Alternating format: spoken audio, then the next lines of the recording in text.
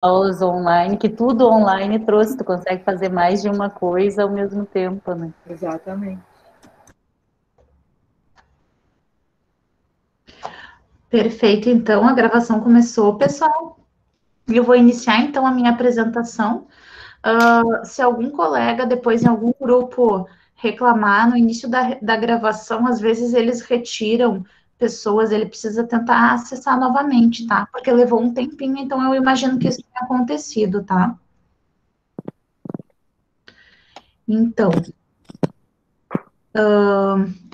Então, pessoal, como vocês já sabem, eu sou a professora Stephanie, sou.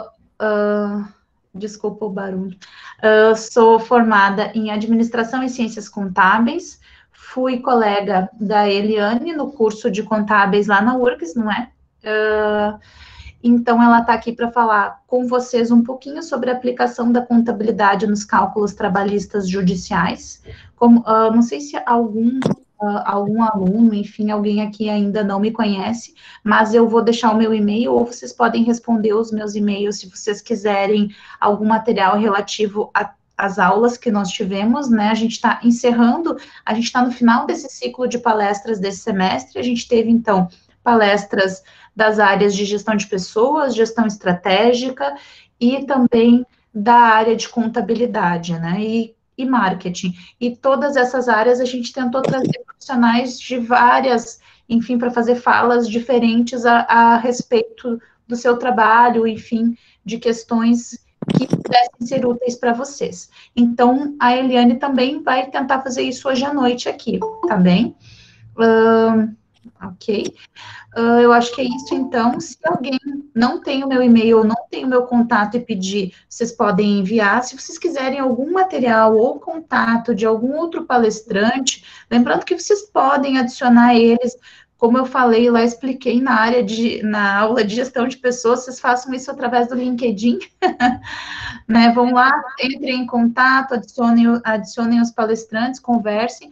Há essa possibilidade, todos eles foram bem receptivos, né, com relação a isso, para conversar com vocês sobre as diferentes áreas, e se vocês têm algum interesse com relação ao que eles fazem, ou a trajetória deles, a Eliane, ela vai se apresentar para vocês em seguida, e aí vocês vão conhecer um pouco, né, da trajetória dela, de por que ela escolheu, foi empurrada, enfim, para a área contábil, e aí depois ela vai conversar com vocês. Lembrar, então, que vocês devem colocar aí o nome e o e-mail de vocês no chat para a gente depois enviar os certificados.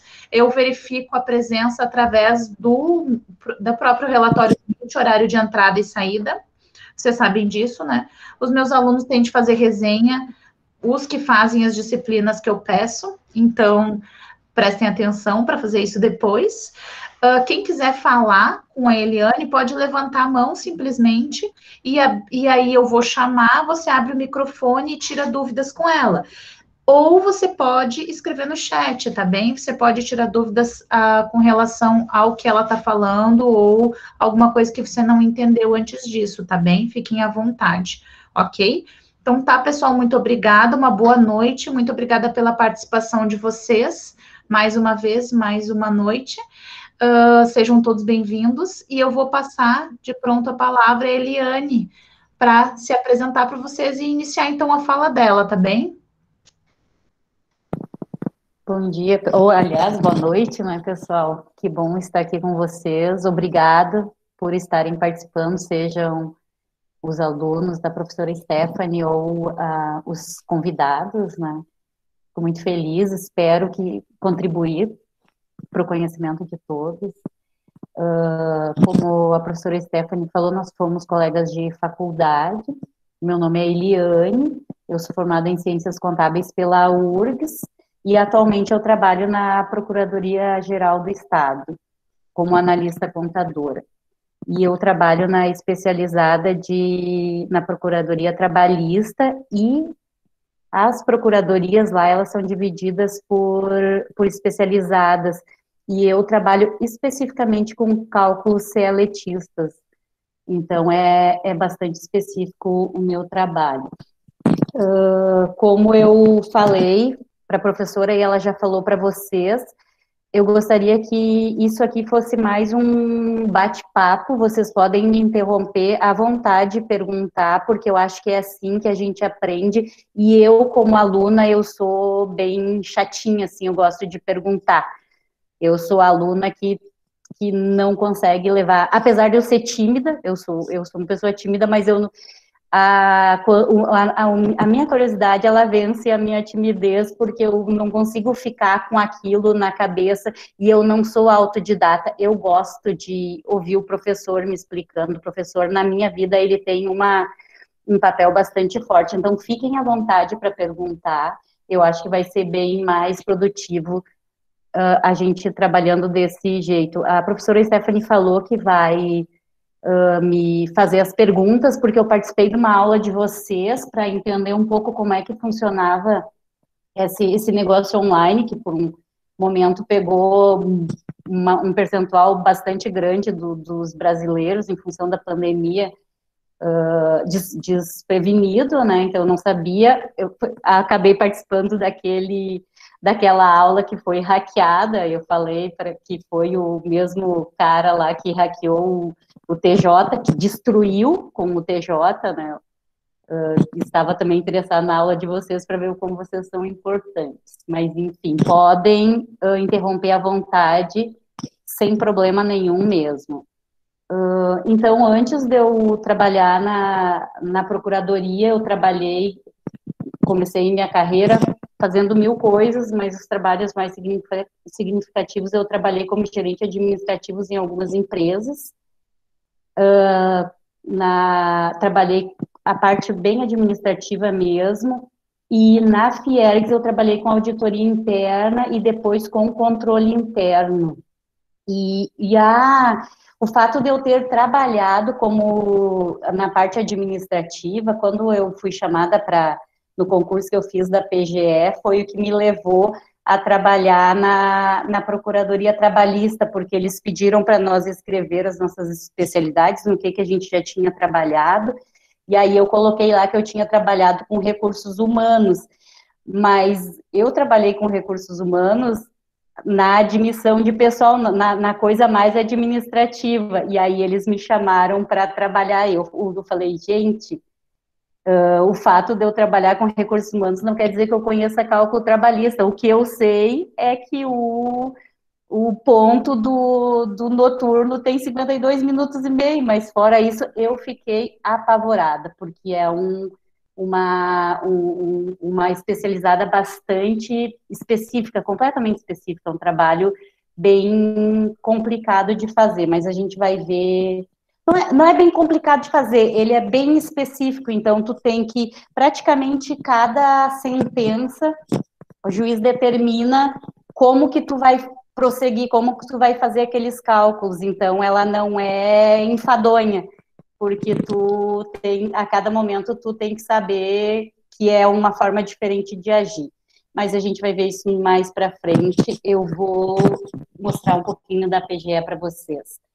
Então, como eu já tinha dito, a PGE ela é dividida por especialidades. Ela tem aproximadamente 10, que são essas especializadas aqui de baixo, ó. E eu estou aqui na Procuradoria Trabalhista, na divisão de cálculos trabalhistas cealetistas, bastante específico, né? A minha procuradoria, ela é dividida em 2 setores. O primeiro setor é chamado setor de conhecimento ou de instrução, que é quando a gente recebe a ação, quando o reclamante entra com a ação, e com essa área aqui de execuções, que é a minha. Eu trabalho na área de execuções, porque geralmente nós atuamos mais, os contadores atuam mais na área de execução. Não estou dizendo que isso é o correto, eu acho que até nem é. Essa fase aqui do conhecimento, quando o demandante ele entra lá com os pedidos que ele diz que tem direito, seria bastante importante, é bastante importante ter um contador, porque às vezes ali, no conhecimento, o contador, ele já diz que aquilo não é devido, né, ele já chega a essa conclusão, e aí quando o juiz vai ler, vai dar a sentença, ele já vai levar isso em consideração. Bom, Então, vamos ao que a gente veio aqui, né? Qual é a aplicação da contabilidade nos cálculos trabalhistas? Então, eu troquei uma ideia com uma colega minha, com uma outra colega nossa, que é a Suzana, que está aqui também como ouvinte, que ela trabalha diretamente no TRT, né? Então, eu, eu disse, né, qual é, eu e a Stephanie estávamos criando essa isso aqui para vocês, e aí nós conversamos e chegamos à conclusão que a contabilidade pura, ela não se aplica não se aplica diretamente nos cálculos trabalhistas. E a URGS, por exemplo, no currículo da URGS tem 2 cadeiras de cálculo que tem a ver com a matéria trabalhista, que a primeira é a introdução ao direito do trabalho, que é uma cadeira bastante vaga, ela é bastante ampla, e ela é legalista, ela não é calculista, né, e tem a perícia contábil, que também é bastante ampla, que tu vê um pouco de cálculo trabalhista, mas é dentro de um semestre, vocês sabem, tem 1000 coisas para ver, então, assim, se tu me perguntasse a própria URGS, que é uma faculdade bem conceituada, ela te prepara para ser um calculista? Não, ela não te prepara, ela te dá um norte. E eu acho que é isso que, por exemplo, nós temos cadeiras de raciocínio matemático lá na universidade, na que nós cursamos, que, por exemplo, tem álgebra linear e geometria analítica, que eu coloquei aqui de exemplo para vocês, porque foram cadeiras que me deixaram bastante impressionadas quando eu vi, porque são cadeiras de matemática pura, né? Tem cálculo diferencial, e a matemática financeira não, ela tem bastante a ver com a nossa profissão. Mas quando eu perguntei para o professor, eu disse, professor, por que que eu, como contadora, tenho que fazer álgebra linear e geometria analítica? Só o nome da cadeira já te cansa, e ela é bastante difícil, ela não é uma cadeira simples. Cálculo diferencial também, tu fica pensando, meu Deus, ainda é diferencial e integral, o que que é isso, né? E aí ele falou assim, Eliane, isso serve para abrir a tua mente, serve para fazer com que tu tenha um conhecimento mais amplo das coisas, e óbvio que foi muito estudado, profissionais especialistas estudaram para criar esse currículo, a gente como aluno lá, uns 20 e poucos anos, alguns de vocês mais novos até, naquele momento da vida tu não entende o quão isso é importante para tu abrir a tua mente para coisas mais, né, que vêm depois, que simplificam as coisas para ti depois, como disse o professor. Aqui tu vai ver coisas tão difíceis que na tua vida depois tu vai achar as outras coisas fáceis, porque então essas cadeiras elas entram para te dar um pouco de noção matemática das coisas, que é onde entram os cálculos ali de trabalhistas, né? Então, eu coloquei para vocês aqui como é que funciona mais ou menos, e eu acho que, assim, para o cálculo trabalhista, um casamento perfeito, na verdade, o conhecimento, ele nunca se esgota, né? Quanto mais a gente sabe, quanto mais amplo é o nosso conhecimento, melhor a gente fica. Eu acho que o conhecimento, o casamento da contabilidade com o direito, ele é fantástico, ele é completamente, é um casal perfeito. Agora, para o cálculo trabalhista, ele é maravilhoso. Um contador que é advogado ou um advogado que é contador, ele se complementa perfeitamente. Aí, se o cara ainda faz uma cadeira, por exemplo, de recursos humanos ou de administração, cada coisa que ele vai somando no conhecimento vai deixando ele mais fera no trabalho dele, né? Então, se vocês olharem agora como é que funciona o cálculo, aqui, vocês vão ver, meu Deus, mas isso é praticamente só direito, e tem muito direito, e tem muita interpretação da lei para saber o que o juiz quis dizer com aquilo. A coisa, ela não é simples, assim, tu lê e se abre para ti o que o juiz quis dizer. Às vezes, tu senta com colegas e tenta interpretar o que ele quis dizer, né? Então, lá no conhecimento, o demandante, ele ajuiza a ação, e aí ele lista tudo que ele diz que tem direito, né?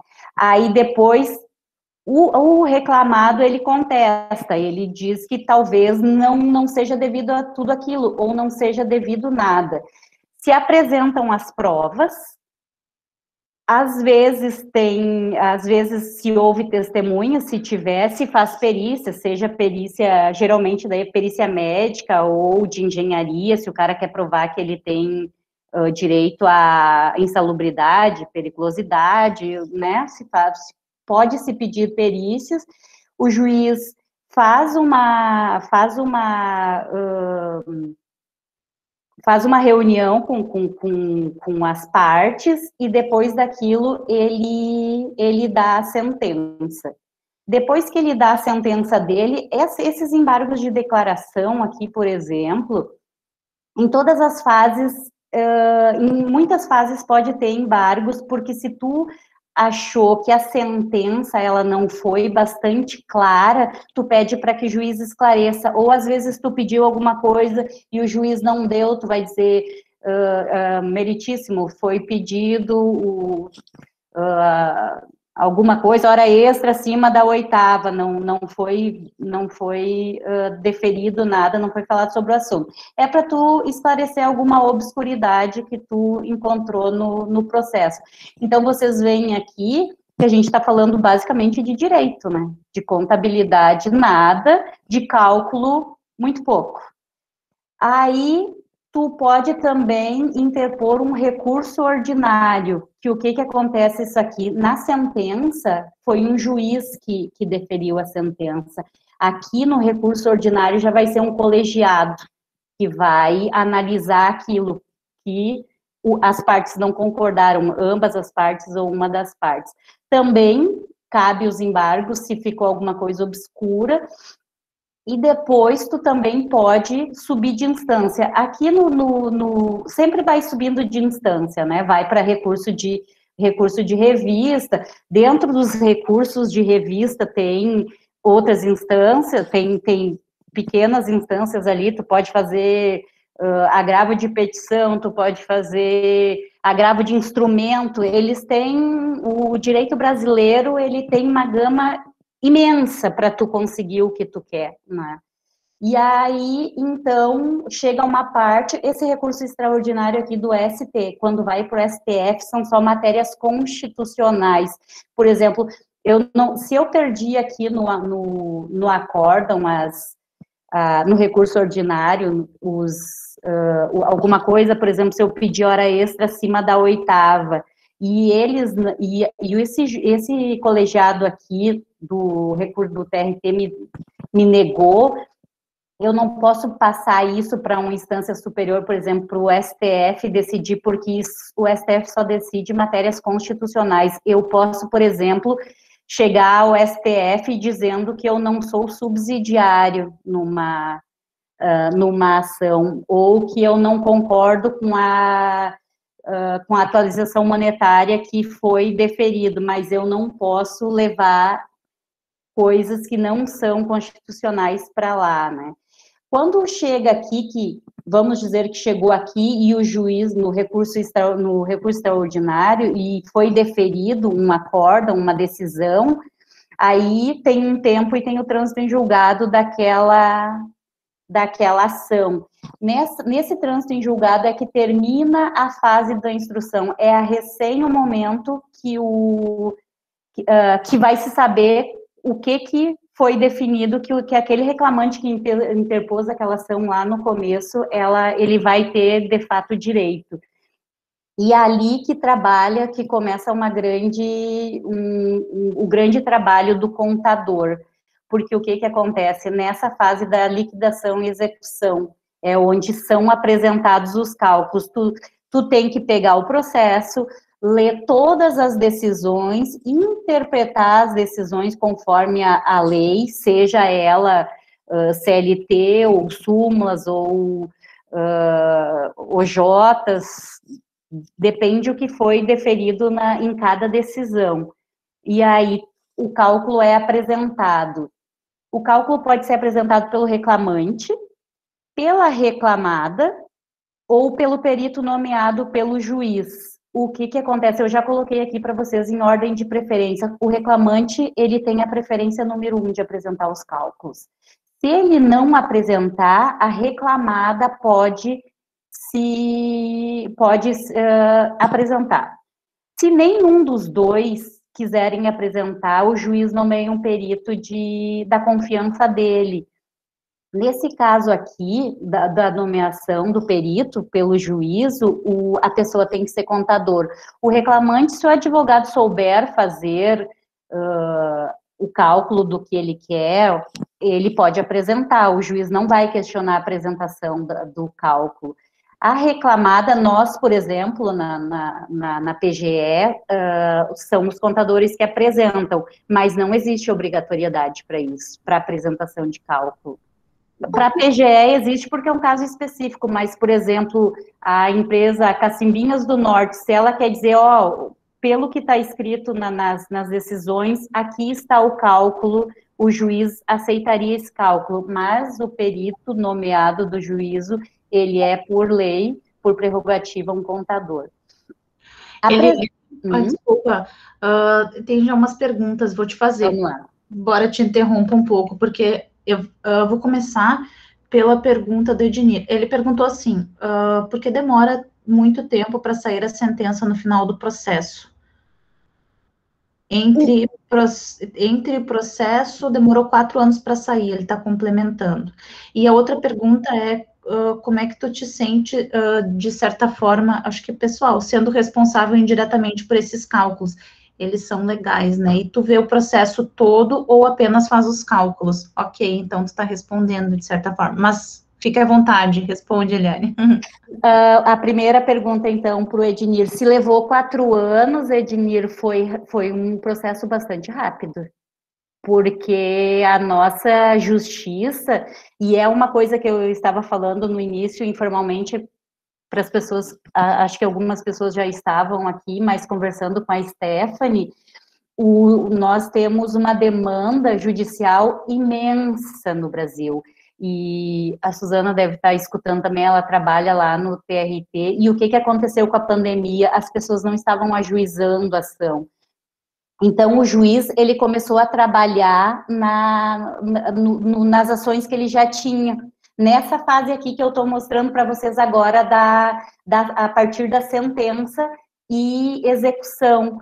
Porque, como nós temos poucos juízes e muita demanda, um processo que durou 4 anos, ele é bem curto a nível de Brasil, porque nós temos processos lá de 1970, nós temos, seguidamente, a gente recebe, por exemplo, alguns processos para analisar que já está lá, sucessão aí a gente até brinca, né, vamos ver do que esse cara morreu, ele morreu sem o processo ter sido finalizado.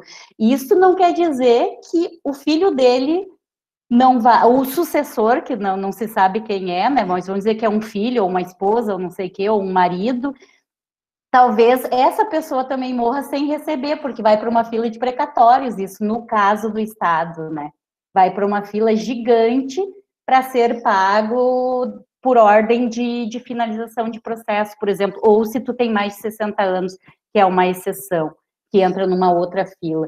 Mas, provavelmente, sim, isso é uma pergunta bem específica até, mas eu acredito que é porque existe uma grande demanda judicial e poucas pessoas trabalhando, e assim, as pessoas dizem, existe no Brasil uma cultura de dizer que funcionário público não trabalha. A gente trabalha muito. A gente trabalha assim, e eu principalmente, eu sou institucionalizada, eu me dedico para o que eu estou fazendo, seja lá o que for, porque se tu está fazendo aquilo, é tua obrigação fazer, e isso vale para qualquer profissional, né? E com relação ao dinheiro público, eu me sinto 2 vezes obrigada a fazer a coisa certa, porque esse é o meu, essa é a minha obrigação como cidadã, né? Cuidar do dinheiro público. E aí, aqui eu tô falando cuidar do dinheiro público e eu tô indo contra o reclamante. E nesse caso, no percentual bom dos nossos casos, são pessoas extremamente simples, que eram ou serventes de empresas terceirizadas, ou vigilantes, que é o que eu estava falando para vocês também no início, que fez um contrato com o Estado de prestação de serviço. Os donos das empresas que já está em nome de laranja, as empresas, eles ganham a licitação, eles ficam um tempo atuando, eles pegam todo o dinheiro e vão embora e deixam a bomba para o Estado. E o que acontece? O Estado paga 2 vezes nesse caso. Ele paga a empresa que ele contratou, e aí ele paga quando ele é condenado a pagar por subsidiariedade, porque ele não conseguiu fazer uma fiscalização do contrato de forma adequada que garantisse que aquela pessoa estivesse recebendo aquele dinheiro que estava sendo pago, né? Então, o Brasil também tem essas complicações, né? Eu acho que talvez isso tenha respondido como é que eu me sinto assim. A gente aprende, deve ser o que acontece com o médico, né, com as outras, com os advogados, com todo mundo. A gente aprende a ficar fora daquilo para não sofrer. Eu sofri, por exemplo, já porque a pessoa estava tentando ganhar, trabalhou anos, tentou ganhar 10 mil reais, eu estava impugnando um monte de coisa, o processo dela foi para 3, ela vai receber daqui a 5 anos, ela saiu, foi demitida, foi abandonada pela empresa, no caso das terceirizadas que prestam serviço para o Estado, ela foi abandonada pela empresa sem dinheiro, e eu estou abandonando ela de novo, né? Então, no início, eu ficava bastante consternada com isso. Hoje, eu já consigo ficar de fora disso, assim, porque eu tento defender o meu empregador, que é o Estado, e eu acho que é mais, eu tenho uma dívida maior com a sociedade nesse caso. E nós temos também pessoas que elas são mal intencionadas. Elas fazem a coisa ficar desorganizada para elas poderem ir e reclamar coisas que elas não têm direito. Então, é bastante difícil, assim, mas hoje, por exemplo, eu trabalho pró-Estado e penso que eu estou fazendo a minha parte para que o Estado saia um pouco desse limbo que nós estamos, né, há alguns anos, já há muitos anos, décadas, que estamos perdendo força nacionalmente em função de má gestão em cima de má gestão. É assim que eu me sinto hoje, eu consigo separar bem isso, assim. Às vezes, e na maioria das vezes, eu até fico bastante enraivecida com o reclamante, porque eu já consegui pegar a ideia deles do que eles estão fazendo ali. Mas, enfim, espero que eu tenha respondido, mas podem ficar à vontade para perguntar mais, para eu esclarecer mais.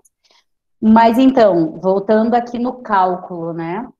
A gente chegou na fase da execução, após o trânsito em julgado, então o cálculo vai ser apresentado e aí existe a impugnação daqueles cálculos.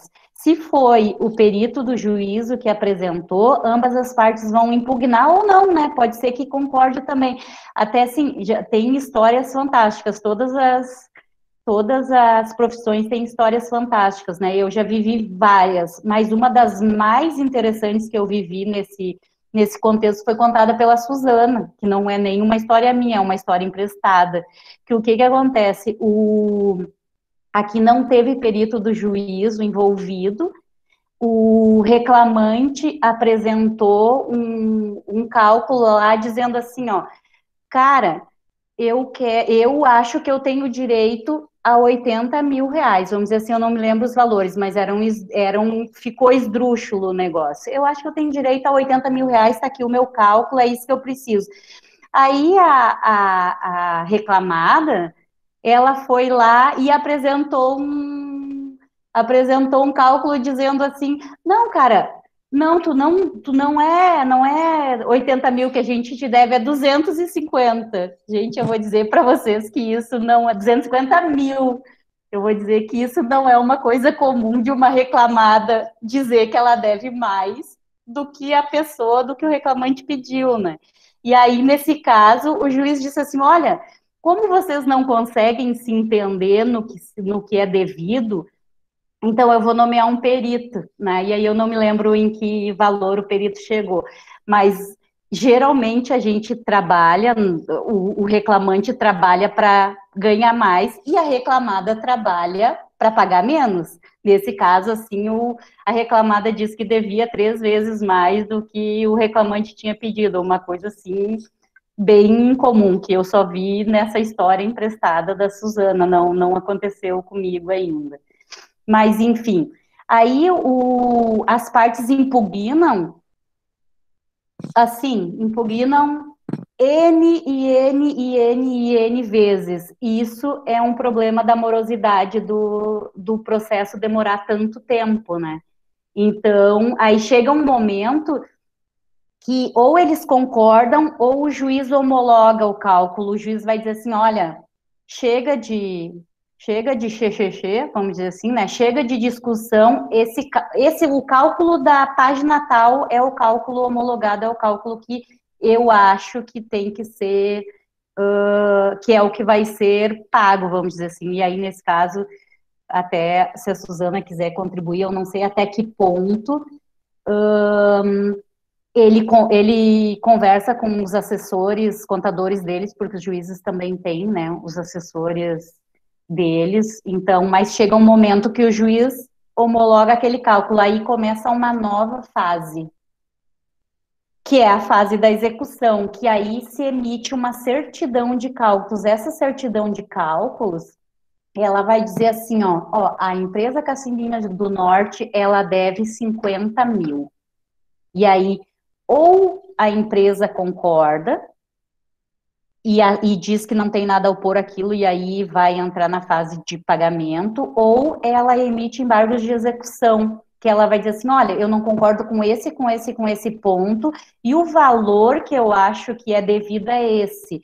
O reclamante entra com a mesma coisa, só que o documento dele se chama impugnação de cálculos de liquidação. A única diferença é que o nome se chama embargo de execução para reclamada e a reclamada precisa dizer quanto que ela acha que é devida. O juiz disse que é 50, mas eu acho que é só 10, né? É obrigatório para ser recebido os embargos, é obrigatório ter o valor incontroverso, que a gente chama. E aí, nesse caso, o juiz vai dar uma sentença de embargos e vai seguir lá o mesmo trâmite também. Se as partes concordam, elas vão dizer que não tem nada a opor, ou na abstenção se concorda, né? Ali, se tu não entrar no prazo legal e dizer que não concorda, implicitamente tu concordou.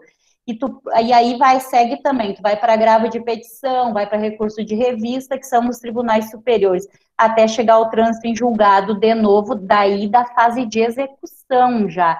O nosso outro trânsito em julgado era para começar os cálculos. Esse aqui é o trânsito em julgado da fase de execução, que já está se discutindo o valor devido, realmente, né?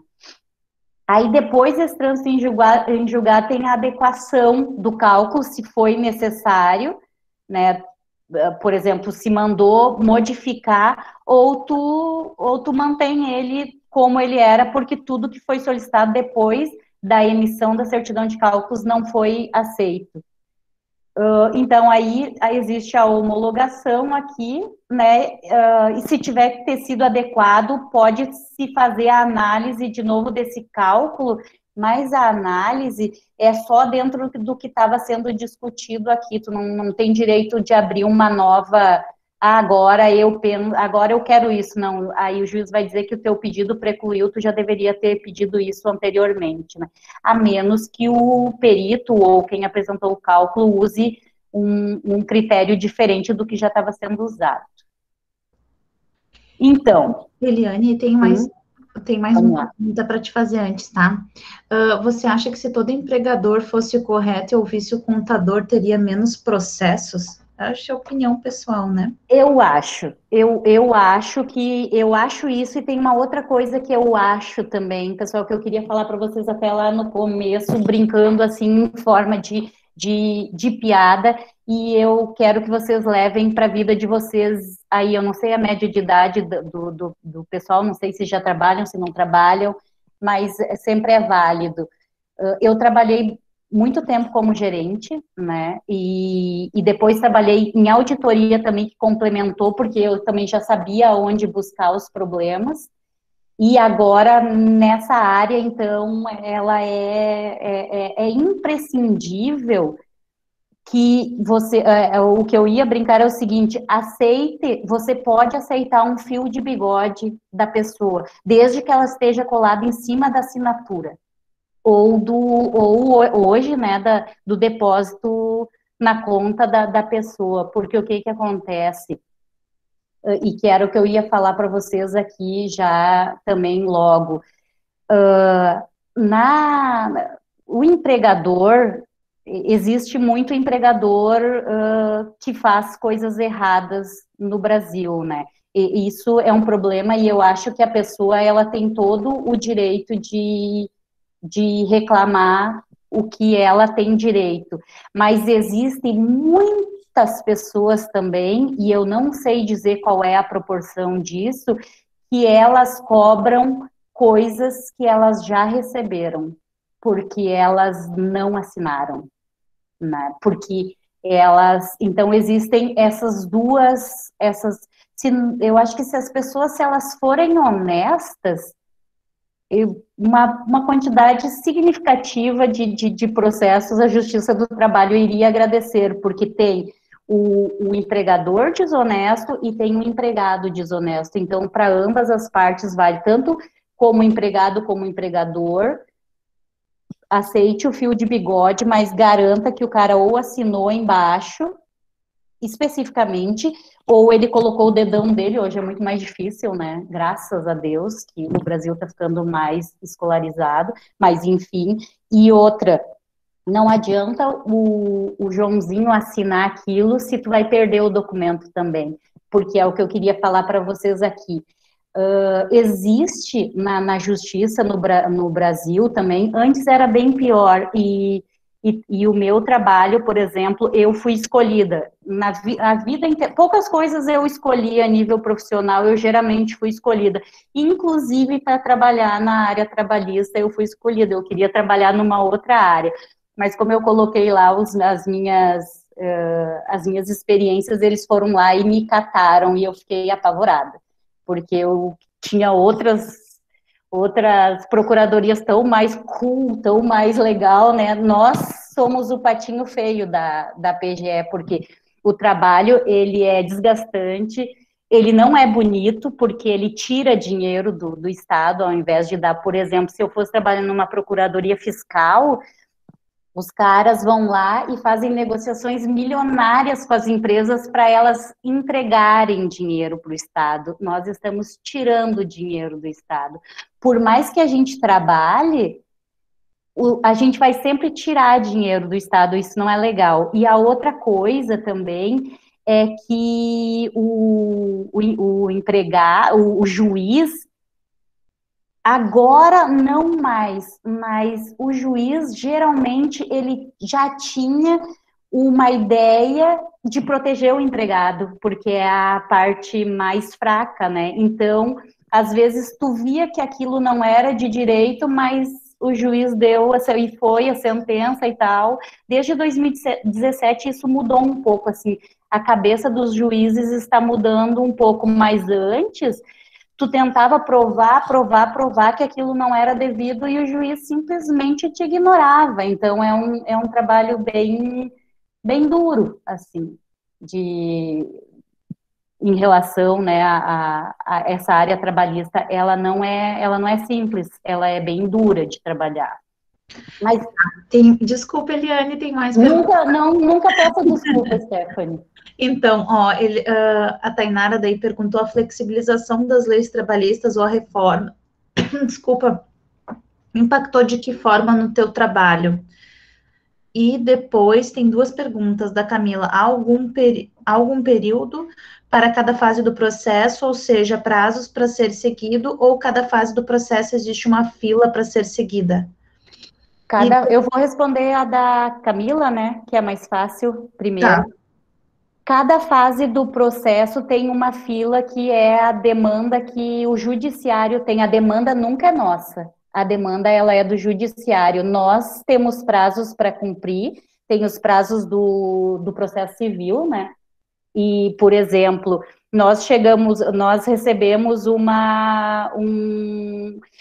para fazer um cálculo, por exemplo, que é o maior prazo que tu tem, 30 dias. Tu tem 30 dias para fazer um cálculo. Quando tu recebe o cálculo, se você quer fazer o cálculo, então você tem 30 dias.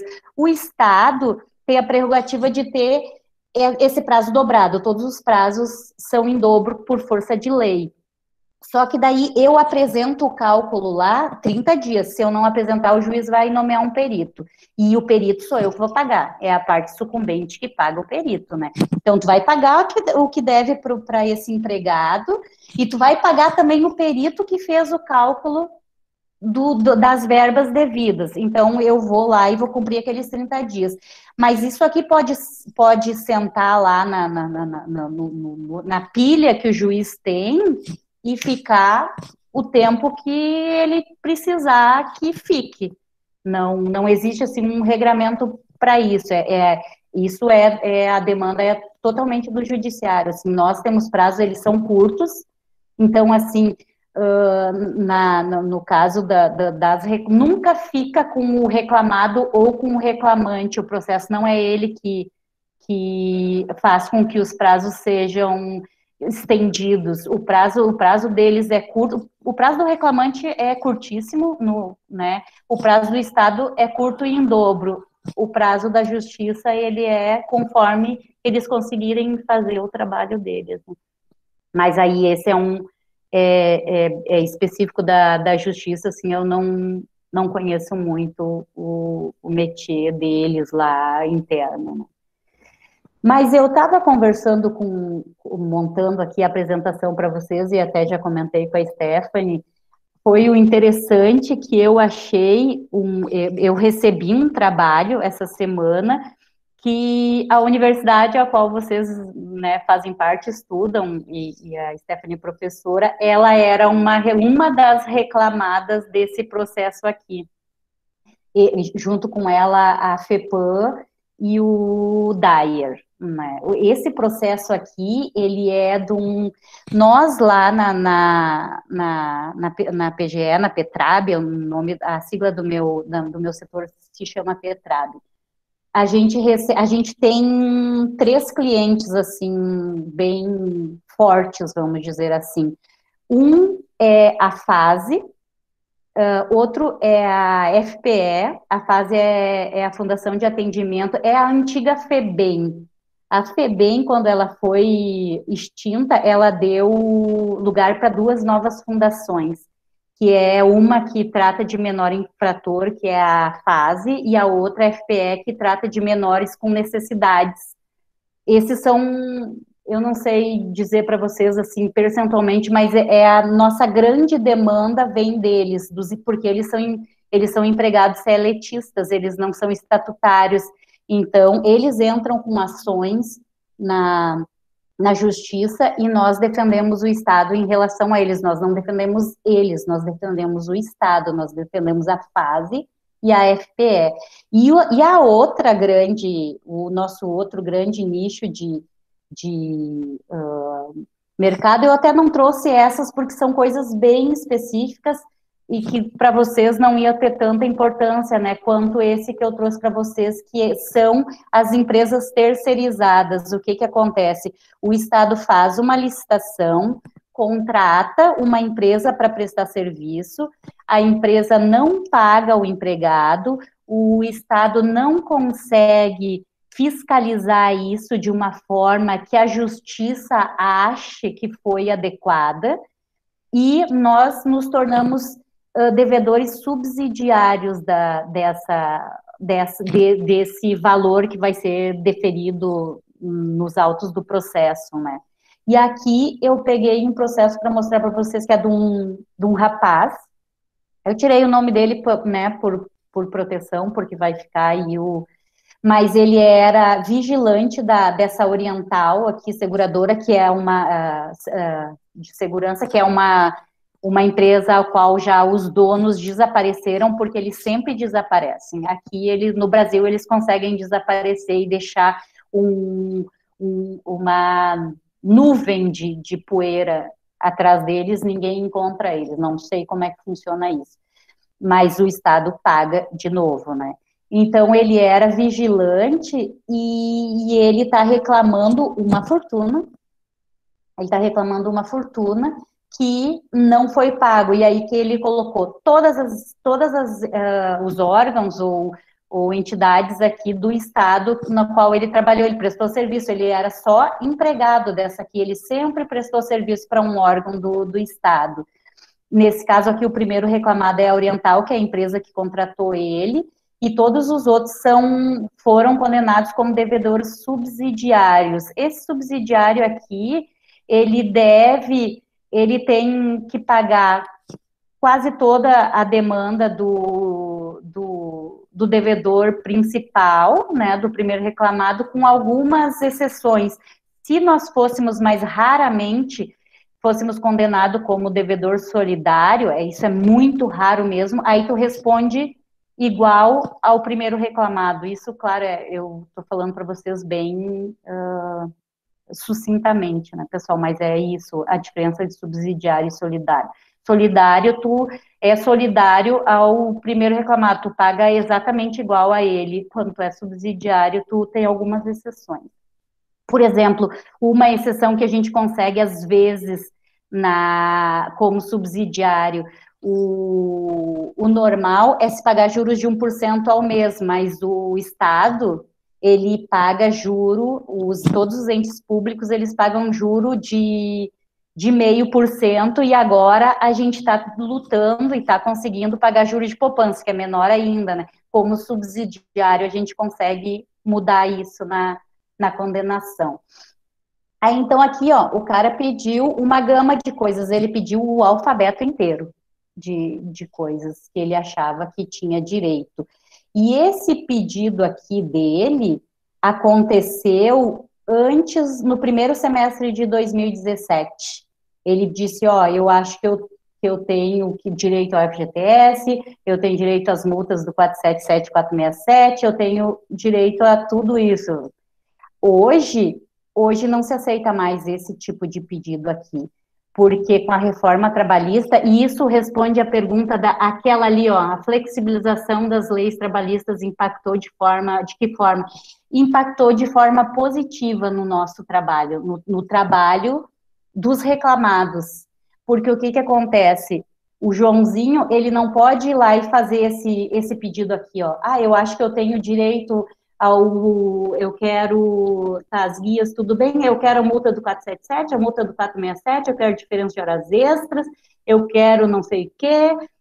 Ele tem que dizer assim, ó, eu quero isso, eu quero diferenças de horas extras, e o valor, ele é específico, porque o que diz a lei lá em 2017, foi em julho que foi sancionada, mas ela entrou em vigor só em novembro. Ela diz que quando a pessoa fizer o pedido, o valor tem que ser certo, determinado e com indicação do valor total. Caso a pessoa não faça isso, o processo vai ser julgado extinto e sem resolução de mérito, porque ele não cumpriu esse quesito aqui, ó, que é um pedido certo, determinado e com indicação de valor. Hoje eu não posso dizer assim que eu quero só.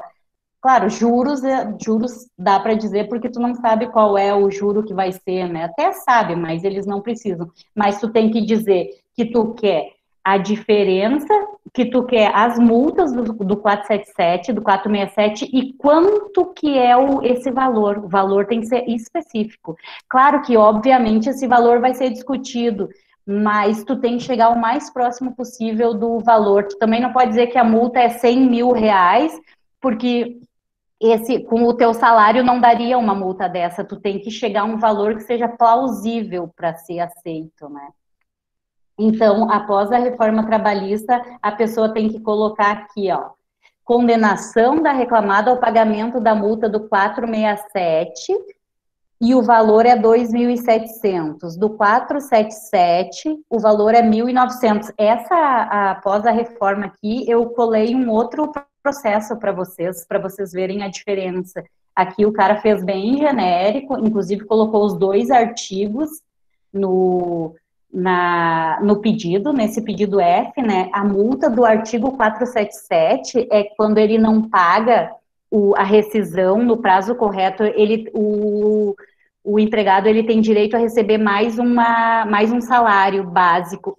Nós defendemos que ele tem direito ao salário básico e o reclamante defende que é o total da remuneração. Então, isso é uma discussão. Alguns juízes entendem uma coisa, outros entendem outra.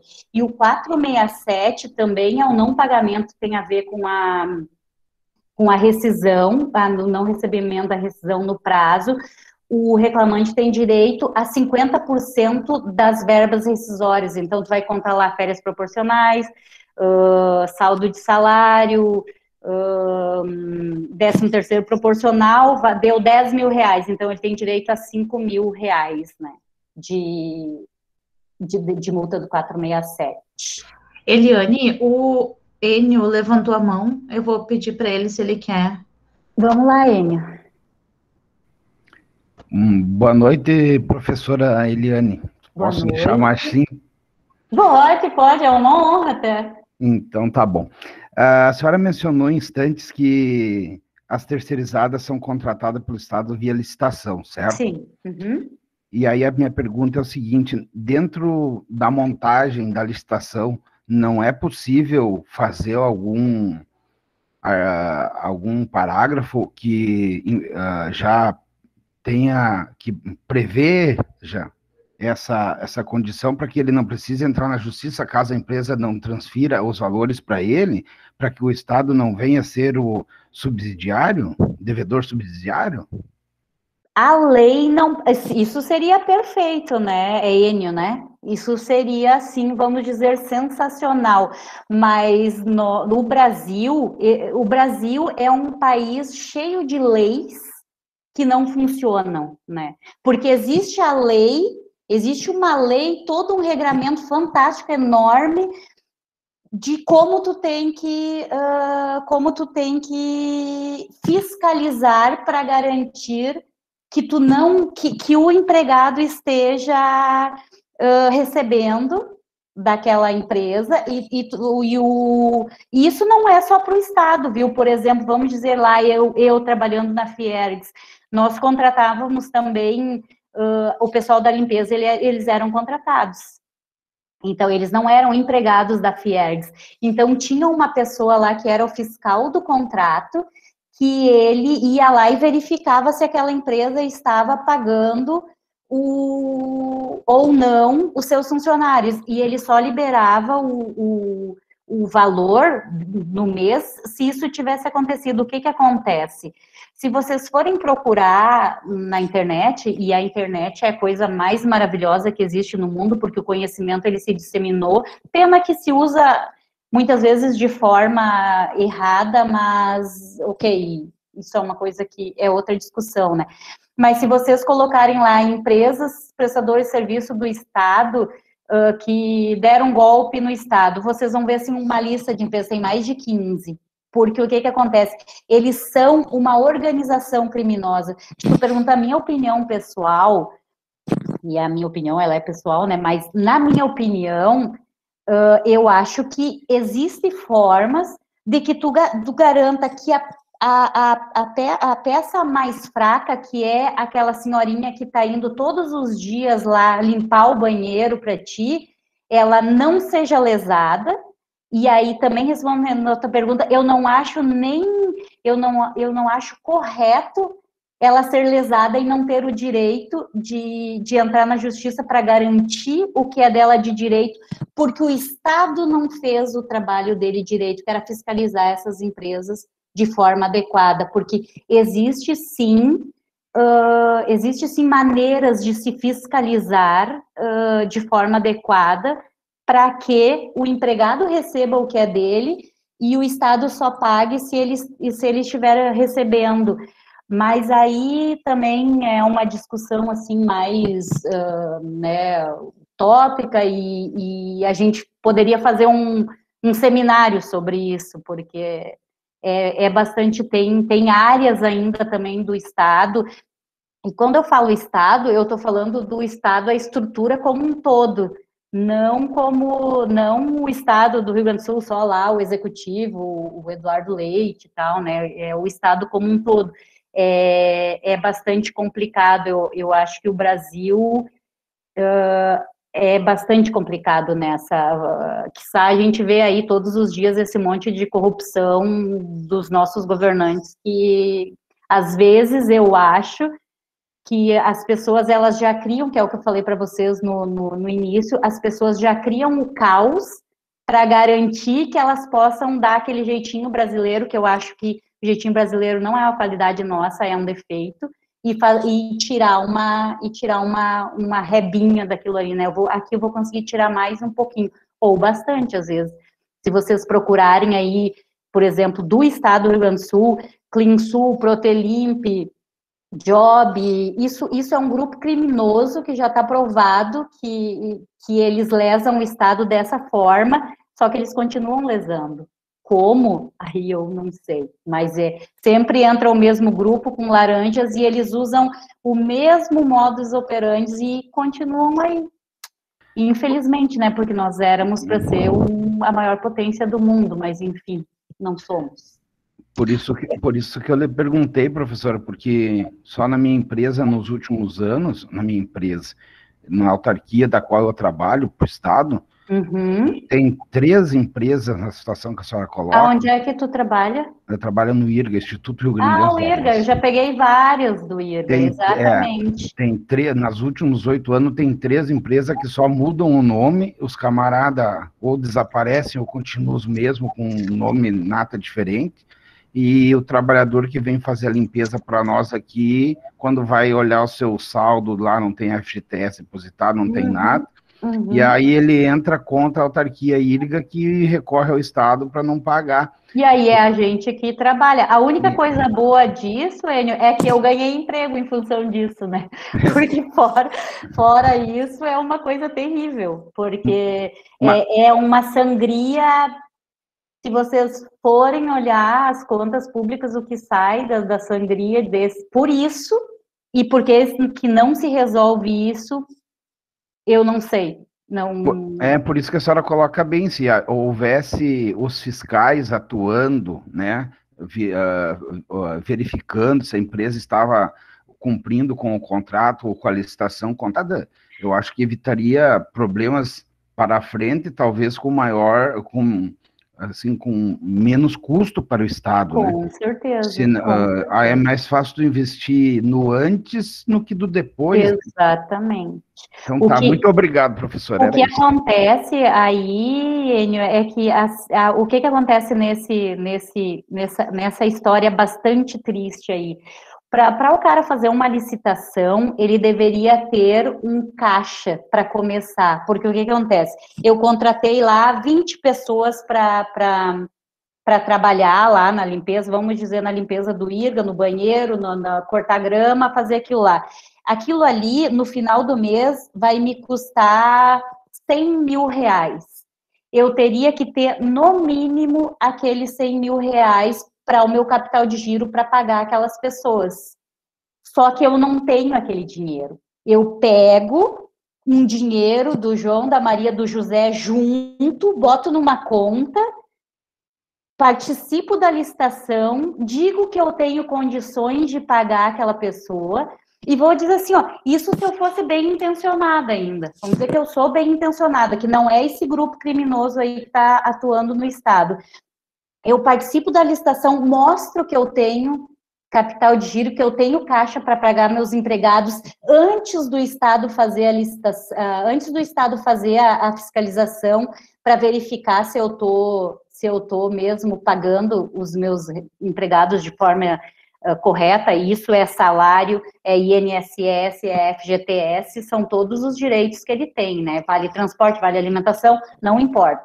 Depende de cada categoria. E aí, eu ganhei a licitação, daí sabe o que eu faço? Eu vou lá, retiro aquele dinheiro todo do meu caixa, porque ele não é meu, vou lá, digo, ó, mãe, tá aqui o teu 50 mil, João, tá aqui teus 20, e Maria, tá aqui teus 30. E aí, como é que fica meu caixa? Zerado. E aí, se o Estado não me pagar aquilo que é devido no mês, eu não tenho como pagar os meus empregados. E isso se criou, talvez o cara que criou esse grupo criminoso, ele criou nessa intenção, mas aí ele viu que ele não precisava pagar nada aos funcionários, ele poderia ficar sem pagar porque ele faria a licitação, chamaria as pessoas para trabalhar, não pagaria elas, desapareceria.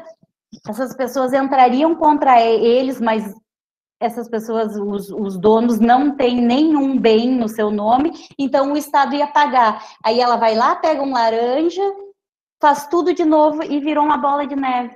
E hoje é nessa bola de neve que a gente vive e é um dos trabalhos que eu mais faço, assim, é o terceiro trabalho que eu mais faço, é defender o Estado de empresas que o Estado já pagou e vai ter que pagar de novo, porque a parte mais fraca não pode ficar sem comprar o leite lá, o arroz, o feijão, que tá tão caro, né? E acho que também a culpa nem é deles, assim, porque também foram escolhidos, né, para esse trabalho. Aproveitar, Eliane, te perguntar o seguinte, que perguntaram aqui, eu acho que virão, a Caroline perguntou, acho que virão mais processos trabalhistas após a pandemia com a questão das regras de redução e suspensão. Qual é a tua opinião sobre isso? E depois o Ednir só fez um comentário que tudo aquilo que tu comentou relacionado à modificação da lei, né, da reforma trabalhista, vai fazer com que dependa o processo iniciar de um contador? Sim, isso. Eu acho que sim. Isso, eu acho que, na verdade, puxando a brasa pro meu assado, né, principalmente porque eu não sou contadora e administradora, que nem a Stephanie, para nós foi bem interessante essa reforma trabalhista, porque o cálculo, eu vou dizer assim, que o cálculo, ele não é difícil. Ele é um pouco difícil, né? Mas ele não é impossível de fazer, mas ele é chato de fazer. Então, só contador que tem paciência para essas coisas. O contador ou os que foram escolhidos, contadores, a revelia, então tu acaba que faz. Então, para o contador foi bom essa mudança, porque eu vejo, inclusive, nos processos que a gente recebe, que o reclamante, ele já contrata um contador e é o próprio contador que apresenta ali o débito da reclamada, né? Então, assim, já vem bastante estruturado. Obviamente que e a lei é bonita por causa disso, né? Ela não é uma coisa rígida, ela tem uma certa ginga, então ele puxa tudo, vê tudo do melhor para ele. E a gente já tenta tirar tudo que a gente pode dele, tudo dentro da legalidade, né? E aí está o juiz ali para fazer esse meio de campo e ver o que realmente é válido no que se é apresentado e o que não é válido. Tem mais alguém que perguntou? Isso, e aí tinha a da Caroline, que perguntou se tu acha que virão mais processos após a pandemia com a questão das regras de redução e suspensão. e depois a Renata, que também puxou a pergunta da Caroline para perguntar qual a tua opinião sobre o que a Caroline perguntou das regras de redução e suspensão que continuam trabalhando integral, mas recebe metade do governo. 2 perguntas. Gente, assim, ó, eu acho que sim, agora vai vir, quando a gente for livre de novo, vai vir uma enxurrada de processos, porque as pessoas, é tipo médico, né? Eu vi um médico falando outro dia que os pacientes estavam deixando, era um cardiologista, e ele disse que os pacientes deles de anos que tinham que ter acompanhamento em tempo determinado, eles estavam deixando de ir no médico por medo de morrer de Covid, e eles iam morrer do coração, vamos dizer assim, óbvio que eu estou sendo bem grosseira, né, mas em tese foi o que ele falou. Com relação à justiça, não foi muito diferente. As pessoas, elas se mantiveram fora disso, fora desse circuito. Ou seja, porque eles também tiveram horários especiais reduzidos e home office e 1000 coisas.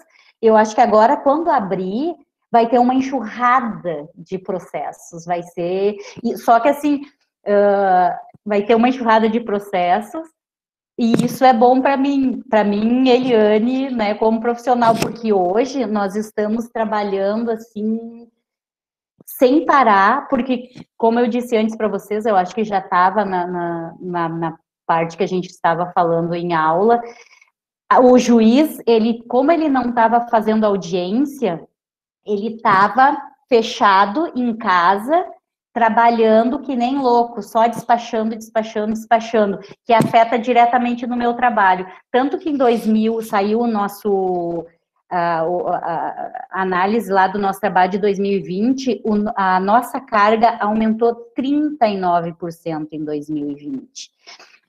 Um dos motivos foi a pandemia, porque o juiz está trabalhando direto na execução, a instrução estava meio parada, e o outro motivo que é aquela pergunta daquela pessoa lá no começo da demora, a justiça, ela está toda informatizada, tu consegue fazer tudo pela internet agora. Antes, a gente fazia um cálculo, por exemplo, ia para o juiz, ficava lá e não sei o quê, e demorava um tempão, e aí o juiz pegava até achar aquela pasta, que eram umas pastas, tinham um determinado número de páginas que era deles, a organização, olhava, digitava, né? Agora é tudo online, e tem coisas, e a gente estava discutindo isso em reunião na semana passada, tem peças que a gente coloca na semana passada, a gente colocou no processo, e nessa semana o juiz já despachou sobre aquele assunto, e isso é uma coisa também, apesar de que a Suzana trabalha, não é nesse setor, no tribunal, mas a gente vê que o negócio ele está muito mais fluido, muito mais rápido, tá? E vai melhorar para o cidadão, né?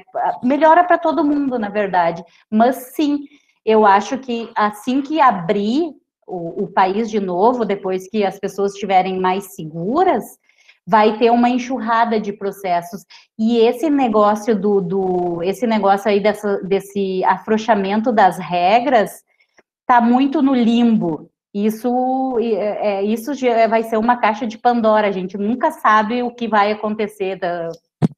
Acontecem coisas assim que às vezes tu não acredita, assim, tem desdobramentos bem diferentes do que se pensou que teria. Então, eu acho que vai aumentar bastante, sim, a demanda. Mais alguém? Só mais uma daí do Ednir, que é um comentário, na verdade, bom que todo colaborador, quando for despedido da empresa, seria bom procurar um contabilista para ver se está certo os cálculos. Eu acho que tu procurar um profissional para ver se o teu direito garantido é bem interessante, né? E quanto mais tu tem verbas diferentes que compõem a tua remuneração, é mais difícil, às vezes, de compreender.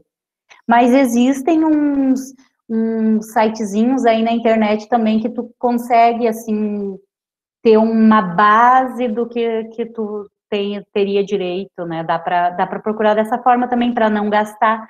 Ou tu tem um contador na família, né? Porque daí a pergunta é tipo advogado, também médico, né? Isso perguntam tudo, né? É complicado. Como disse Ana. Tem mais uma da Tatiane. É correto pagar as horas extras em folga? Depende, Tatiane, depende do que diz a tua convenção coletiva. É correto se tu tem banco de horas. E se tu não tem banco de horas, e não é o banco de horas que tu conversou lá com o teu patrão, é um banco de horas que está na tua convenção coletiva, né? Eu, por exemplo, na Fiergs não recebi hora extra, porque as nossas horas extras eram pagas todas por banco de horas, mas isso estava lá na convenção coletiva. Então, sim, se isso tá, porque a convenção coletiva ela tem força de lei, né? O que está lá é bem sério, mas se não, é discutível daí, é bem discutível. Perfeito, é isso, Eliane, pode continuar. Então, aqui, né, a gente falou lá no começo, na fase da instrução ao conhecimento, né, a Procuradoria usa pouco essa fase do conhecimento, ela usa pouco o conhecimento do contador, o conhecimento usa pouco o conhecimento, vamos dizer assim, a instrução, ela usa pouco o contador, mas vamos falar como um todo, assim, como eu disse para vocês antes, é bem importante que um contador avalie o que foi pedido, os pedidos, e aí tem ali o que o Ednir falou, né, que é bom que um contador olhe, porque aí, ali no próprio pedido, tu já vai dizendo se a pessoa tem aquele direito ou não, e aí quando o juiz analisar aquilo ali, já vai fazer parte do deferimento dele, ele já vai ter mais subsídios para decidir se aquele pedido, ele é legal ou não é legal no sentido da legalidade, né, não se ficou bonitinho e tal, e aí, eu coloquei para vocês, aí eu falei para vocês também de ter arquivado a documentação, o arquivo com a documentação, e aí arquivo, agora se lê arquivo, não necessariamente aquela caixa que a gente puxava, a gente não, né, porque eu não sou desse tempo, os nossos pais, né, tinham uma caixa de ferro que puxava, estava o nome do Joãozinho, da Maria ali e tal. Pode ser um arquivo eletrônico, não importa. O que importa é que tem que ter a documentação do empregado toda, porque na Justiça do Trabalho existe a inversão do ônus da prova, que eu não sei se eu falei para vocês. O João, ele pode pedir o que ele quiser. Sou eu, como reclamada, que tenho que provar que ele não tem aquele direito. E, né, então, isso assim, ele diz assim, ó, eu trabalhava das 8 da manhã até as 10 da noite, então eu tenho direito a 6 horas extras por dia. Sou eu, como empregador, como patrão dele, que vou dizer, não, aqui, ó, tá aqui o cartão ponto do João, e ele entrava às 7h30 e saía às 5h18, e na sexta ele saía mais cedo, ele fazia 1 hora de intervalo, então... E se eu não tiver o documento, o juiz vai dar as 6 horas extras para ele né, vai ser um pedido que vai ser deferido. Então, aí eu pego essa documentação, vamos dizer que seja um pedido de horas extras, e aí eu vou pegar o que ele pediu e vou pegar o cartão ponto e vou dizer, não, olha só, ele diz que ele tem isso, mas aqui estão os cartões pontos, e ele não tinha esse direito, não tem esse direito porque ele fazia a hora normal, ou se ele fazia hora extra, em dezembro de 13, ele trabalhou X, Y dia, 2 horas, e tá aqui o contra-cheque dele com essas horas pagas. Daí, o que o juiz vai dizer? Pedido indeferido, né? Não. E hoje, existe também, com essa nova lei aí, o que acontece? Ainda ainda está bastante tímido, eu não sei como é que está se lidando com isso, não é uma coisa que a gente vê muito, mas o João não pode sair lá também pedindo tudo o que ele quer, porque o que ele perde é pago, aí o advogado da reclamada pode ganhar em cima, percentualmente em cima dos pedidos indeferidos. Então, isso tem que tomar cuidado hoje também, né? Que é uma coisa que está engatinhando aí, mas já tá sendo bem pedido, assim, pelas outras partes, são os honorários sucumbenciais. Por exemplo, ele pediu danos morais, vamos dizer assim, eu quero 100 mil de danos morais.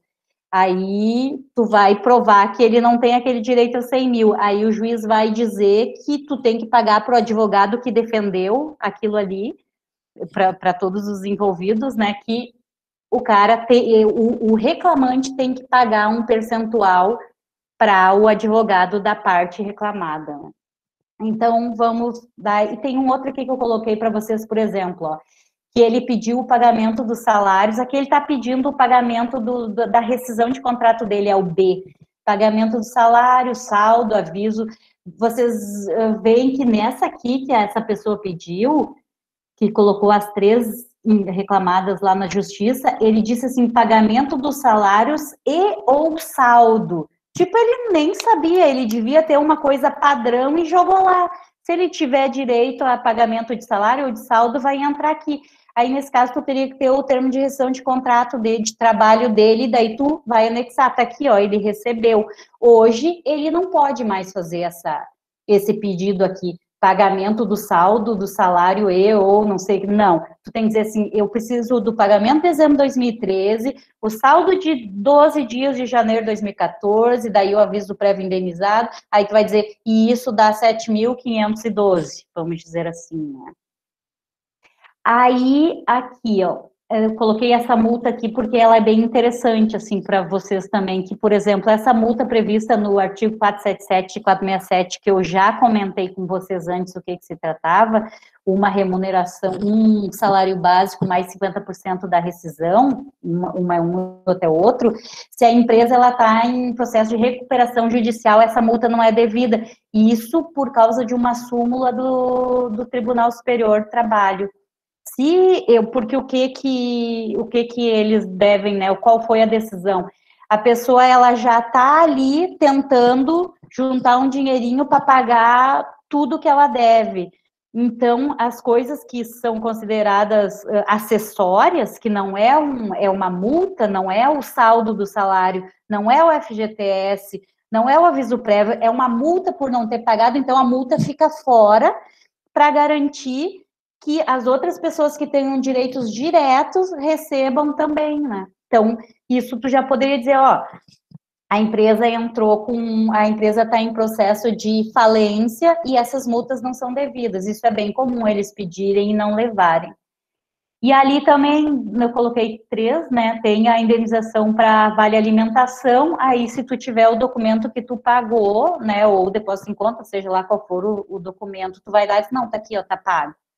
E aí, nesses documentos aqui, é importante eles terem datas, né, pessoal, porque vocês sabem que o empregador, ele tem um prazo para pagar o empregado, e nas convenções coletivas, geralmente existem multas para pagamentos fora do prazo, e aí a multa, geralmente para essas classes, assim, ainda a multa é tu paga, tu pega o salário da pessoa, divide por 30 e faz vezes a quantidade de dias que ficou, que atrasou para pagar, até chegar ao salário, até chegar aos 30 dias. E aí, se ele fez mais, se isso era uma coisa recorrente, era uma prática recorrente, tu pode pagar até 4 salários. E eu já fiz cálculos, eu já não pude impugnar cálculos, porque eles ficaram indefensáveis, porque o Joãozinho, ele assinou contra-cheque dele ali, o olerite, né, a ficha financeira, seja lá, e não colocou a data. E como não foi depósito em conta, porque quando é depósito em conta, tu vai lá e diz assim, não, foi depositado no dia 3 na conta do Joãozinho. Nesse caso não era, ele disse que ele não recebeu. E aí, então, a gente pagou de multa 4 salários dele por não ter a data nos contra-cheques. E hoje isso poucas pessoas, eu acho que poucas empresas ainda pagam com dinheiro, mas acontece, e isso é um valor que poderia ter sido evitado se tu tivesse feito ele colocar a data, né? Não pode ser tu, a letra tem que ser contínua, não pode ter uma letra linda de forma, não é o meu caso, né? Minha letra é uma coisa terrível, assim, mas às vezes a minha assinatura é terrível também, mas tem pessoas que têm letras desenhadas, né? Então tem que ser a pessoa com a mesma caneta e tal, é mais fácil de comprovar, isso fica mais evidente. Uma pergunta aqui, Eliane. O Ednir, na verdade, fez um comentário, disse que na hora de fazer pedido é bom ter provas listas, sempre, né? E se a empresa não tem cartão ponto, a reclamante precisa de testemunha para justificar que trabalhava mais? Sim, a testemunha, ela vale mais que o cartão ponto, às vezes, né? Só não vale mais que o cartão ponto eletrônico, vamos dizer assim. Mas, tipo assim, eu não coloquei aqui para vocês, mas eu trabalhei num processo hoje que o cara tinha uma folha de ofício, que era o ponto dele, e ele anotava à mão, e ele nem anotava horário britânico, que é o quê? 7 da manhã, 19, 7 e 19, né? Ele não anotava horário britânico, e nem com a mesma caneta, ele anotava horários 7:02, 6:58, não sei o quê. Mas ele disse que o empregador dele fazia com que ele tivesse que estar meia hora antes no trabalho, isso é bem comum, para colocar o uniforme, e saía meia hora depois, porque ele tinha que esperar a pessoa que ia cobrir ele chegar e pegar o ponto dele, né? E aí a testemunha também disse isso, e o juiz, ele descaracterizou o ponto da pessoa, disse que aquele ponto não era válido, e o juiz aceitou o que a testemunha falou e deu meia hora antes e meia hora depois de extra nesse processo aí. Então, o ideal é que se tenha ponto eletrônico, e mesmo aquele de bater, assim, também pode ser, esses pontos escritos à mão, é muito fácil do juiz não aceitar como prova, porque aí eles dizem que eles são obrigados, né, que o empregador obrigou e que por necessidade do trabalho eles então cumpriam aquela obrigação e é aceito. Isso, podemos continuar? Então, agora a gente chegou aqui na elaboração dos cálculos. Então, eu já falei para vocês que o cálculo, via de regra, ele é elaborado após o fim da instrução, que no rito ordinário, né, que é o trânsito em julgado de todas as ações. Tu entrou lá com vários recursos, aí chega um momento que tu não quer ou não pode mais entrar, e aí começa aí se apresenta o cálculo. E até coloquei assim para vocês, é sempre assim? Não é sempre assim. Principalmente nessa área aí de terceirizados, o que acontece? O advogado, ele quer receber rápido, né? E às vezes, a maioria das vezes são valores baixos também, né? Na maioria das ações são valores, vamos dizer que 70%, eu não estou dizendo que isso é certo, mas se eu chutaria 70% das ações são menores que 20 mil reais. Então, eles querem receber rápido. E aí, o que eles fazem? Enquanto o próprio reclamante ou a reclamada, ela entra numa instância superior pedindo alguma coisa, o reclamante já entra com um pedido de execução provisória para que os cálculos sejam feitos dentro daquilo que já foi sentenciado. E aí vai seguindo aqueles cálculos paralelos. Isso não é regra, isso é exceção, tá? Vai seguindo aquele cálculo paralelamente, e aí quando se julga tudo lá em cima, o cálculo já está pronto ali. E aí, sabe o que acontece no caso do Estado? porque a gente está engatinhando, mas a gente está melhorando nos nossos controles, e aí se entra lá com a subsidiariedade, daí isso a gente vai até o Supremo, pedindo, até o Superior Tribunal, pedindo para não ser subsidiária e demonstrando que a gente fiscalizou. Só que o advogado da parte foi lá e pediu para o juiz, juiz, dá para a gente fazer esse cálculo aqui, porque quando for julgado lá, a gente já não vai começar os cálculos, a gente já vai pagar, já vai para a fase lá de embargo de execução, e o juiz aceita. E aí chega lá e nós fizemos esses cálculos também, ou o reclamante apresenta, ou nós, geralmente somos nós, nesse caso, geralmente é a reclamada ou o reclamante que apresenta. O juiz, ele não nomeia um perito, eu não vi ainda. Aí, porque o reclamante, ele tem interesse em apresentar, mas a gente também apresenta. Aí a gente vai lá e faz aquele cálculo, porque o juiz determinou que deveria ser feito o cálculo, né? Aí chega lá no Superior Tribunal e ele diz que a gente não é subsidiária, que a gente ganhou mesmo porque nós fizemos um bom trabalho e fizemos uma boa fiscalização.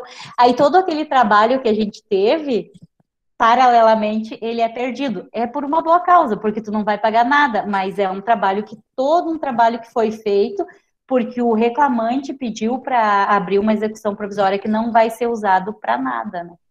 Então, isso acontece. Então, assim, via de regra, o cálculo ele é apresentado no fim da instrução, mas existe essa execução provisória aí que ela acontece, né?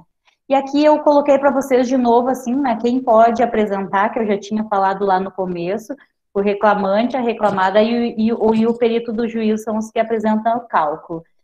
Se o perito nomeado pelo juiz, ele tem que ser um contador.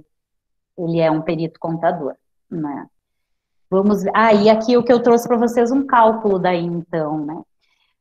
Esse exemplo aqui, que olha aqui quanto que essa pessoa aqui está, na melhor das hipóteses, ele estava pedindo 186 mil, aquele lá que eu falei para vocês que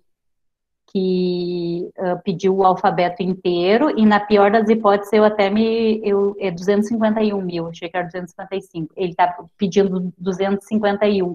O que é isso? São critérios de juros diferentes que ele usou, porque o que acontece nesse cálculo aqui? Esse aqui é aquele que eu falei para vocês lá, que ele pediu o alfabeto inteiro de coisas, ele foi beneficiado porque ele pediu antes da reforma trabalhista, então ele não precisou dizer quanto que era cada pedido dele, e aí ele apresentou os cálculos, ele apresentou através de um contador, tem um contador aí bem conhecido que trabalha junto com os advogados, então o cara apresenta os cálculos, né? E aí o que eles estão fazendo agora? Está se discutindo ainda, está uma coisa que não está muito bem, como é que eu vou dizer para vocês, não está muito bem embasado, que nós estamos usando, o Brasil, antes era uma coisa bem definida, assim, o Estado, os entes públicos, eles pagavam juros de 0,5%, e as empresas, os demais, pagavam juros de 1% ao mês, ao mês, 12% ao ano. E aí, a correção monetária variava entre IPCAE e TR, FADIT também, né, o IPCAE, TR, ou só TR, que a TR, ela está com um problema que desde 2017 que ela se mantém com o mesmo, ela não... como se não tivesse havido inflação desde 2017, que para o Estado é fantástico, né? A gente luta sempre para pagar TR, que daí é a atualização monetária zero. E aí tinha também o INPC, alguns outros que já tinham sido, já não eram mais usados pela Justiça do Trabalho. Só que agora mudou o valor da Selic, e saiu uma nova, foi julgada uma nova ação no STF, que tem que se usar O IPCAE, na fase ali, antes da notificação, na fase pré-judicial, que eles chamam, que é quando a pessoa entra com ação e até se notificar o reclamado, que agora está dando mais ou menos um mês. Nessa fase aí, tu usa IPCAE mais juros de 1%, válido também para aquela história de empresas privadas e públicas, e a partir daí, Selic, que ficou bastante interessante para o Estado. Porque quando a gente pedia para não... Quando a gente era condenado subsidiariamente e pedia para que esse juro de 1% fosse 0,5%, no caso de empresas terceirizadas, a maioria dos juízes não aceitam isso, porque eles dizem que quando a gente é condenado subsidiariamente, a gente não está trabalhando ali como ente público, a gente está, vamos dizer assim, paralelo com o ente privado. Então, eles determinavam que fosse pago os juros de 1%. Então, agora, e vocês veem o quanto juros faz diferença nesse primeiro juro Selic, e mais esse juro pequenininho aqui na fase da pré-judicial, que aqui, se vocês veem, no total do cálculo da pessoa, ele encontrou R$2.000 de juro no primeiro cálculo. Se nós formos para o outro cálculo que ele fez, mas aqui ele usou uma malandragem, porque ele usou juros em todo o período, e não foi isso que foi deferido no STF, olha quanto que deu de juros, só de juros, 58 mil. Então, vamos dizer que se o Estado não se defendesse nesse caso, ele poderia pagar entre um cálculo e o outro, vamos dizer que o juiz aceite o que foi melhor pró-reclamante, daria 65 mil de diferença de um cálculo para o outro, né? Então, isso mostra o quanto é importante a atuação do Estado, da PGE, para garantir que a lesão seja a menor possível, né? Alguém sempre vai ser lesado, mas nesse caso a gente luta para que o Estado não seja lesado. Então, aqui vocês veem, ó, o cara, ele pediu o primeiro cálculo ali desse reclamante, deixa eu botar lá no primeiro. Esses feriados aqui, provavelmente ele pediu, como ele fazia 12 por 36, às vezes caía lá o 12 dele num dia de feriado, então tinha que se pagar em dobro, a empresa não pagava, ele ganhou. Aí, ali tudo são os reflexos, né, com reflexos em férias, repouso semanal, aí ali ele ganhou hora extra 50%, ó, 60 mil a pessoa, foi achado nesse cálculo de hora extra 50%. Isso, e nesse caso aqui, eu até não salvei a sentença, eu poderia ter salvado para mostrar para vocês, mas eu não queria também fazer uma coisa muito, eu não sei quanto tempo a gente tem, Stephanie. Eu acho que mais, que a gente marca até as 9, né? Então, mais uns 20 minutos. Então eu vou... Então, provavelmente nesse caso aqui, o juiz invalidou o horário da pessoa 12 por 36, porque daí provavelmente não estava na convenção coletiva que ele poderia fazer 12 por 36, e aí o juiz mandou pagar todas as horas extras acima da 8ª ou acima da 10ª, teria que olhar a sentença nesse caso, né? E aí, ali também, ó, por exemplo, tem vale alimentação, só que como é pouquinho, vale alimentação, provavelmente ele está reclamando só o último mês, ou o saldo de salário ali, que quando a empresa desapareceu no último, ele não fechou nem a porta, né, só saiu correndo. Aí tem intervalo interjornada ali, ó, nós somos geralmente condenados a pagar intervalo intrajornada, que é aquele intervalo que a pessoa faz 12 por 36, não tiram e não goza o intervalo e não recebe, é um intervalo intrajornada, e o interjornada que tem ali, que o cara foi, nós fomos condenados nas duas partes, o interjornada é que ele fez jornada intervalar menor de 11 horas, né, então ele saiu às 7 da noite e voltou às 6 trabalhar, daí a gente foi condenado também, existe lei para isso. Então, vou passar rapidinho aqui, que vocês viram que a diferença desse 180 para o 251 é nisso aqui, ó.